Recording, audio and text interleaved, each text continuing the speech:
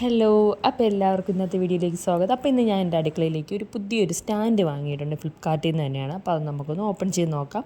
320 രൂപയാണ്. അപ്പോൾ ചെറിയൊരു സ്റ്റാൻഡാണ്. ക്വാളിറ്റിയും പാക്കിങ്ങും ഒക്കെ എന്നത്തെയും പോലെ സൂപ്പർ തന്നെയാണ്. ഇത് സ്ക്രൂ ആണ് ആ സ്റ്റാൻഡ് ടൈറ്റ് ചെയ്യാനുള്ളത്. അത് വളരെ ഈസിയാണ്. അതിൻ്റെ വീഡിയോ ഞാൻ എടുത്തിട്ടില്ല. ഈ സ്ക്രൂ ടൈറ്റ് ചെയ്ത് കൊടുത്താൽ മതി. അതിൻ്റെ ഹോൾ അതിൽ അവർ കൊടുത്തിട്ടുമുണ്ട്. അതനുസരിച്ച് നമ്മൾ ചെയ്താൽ മാത്രം മതി. അപ്പോൾ ഞാൻ ഇത് ഓപ്പൺ ചെയ്ത് നോക്കുകയാണ്. അതിൻ്റെ മെറ്റീരിയലിൻ്റെ പേരൊന്നും പറയാറിയില്ല, പക്ഷേ നല്ല ക്വാളിറ്റിയും കട്ടിയും ഒക്കെ ഉണ്ട്. അപ്പോൾ ഞാൻ തുറന്ന് നോക്കുമ്പോൾ രണ്ടായിട്ട് വന്നിട്ടുണ്ട്. ഇതാണ് അതിൻ്റെ സ്റ്റാൻഡ്. ഇതിൽ വയ്ക്കാനുള്ള 2 ട്രേയും ഇതിൽ തന്നെ ഉണ്ട്. ഒന്ന് വലുതും ഒന്ന് ചെറുതുമാണ് ട്രേ. അപ്പം വീതി കൂടിയ ട്രേ താഴെയും വീതി കുറഞ്ഞ ട്രേ മുകളിലുമാണ്. ഇതാണ് കാണുന്നത്. നല്ല കട്ടിയുണ്ട് കേട്ടോ. ഇതൊക്കെ സൈഡിലൊക്കെ കൊടുത്തിരിക്കുന്ന ഹോളാണ് നമ്മൾ സ്ക്രൂ ടൈറ്റ് ചെയ്യേണ്ടത്. അപ്പോൾ ഇതിന് അകവശം വരുന്നതെന്ന് വെച്ചാൽ കണ്ട ഇത്രയായിട്ടാണ് ചെറുത്. ഇത് ഇത്രയും വരുന്നുണ്ട്. അത് വലിയ ട്രേ ആണ്.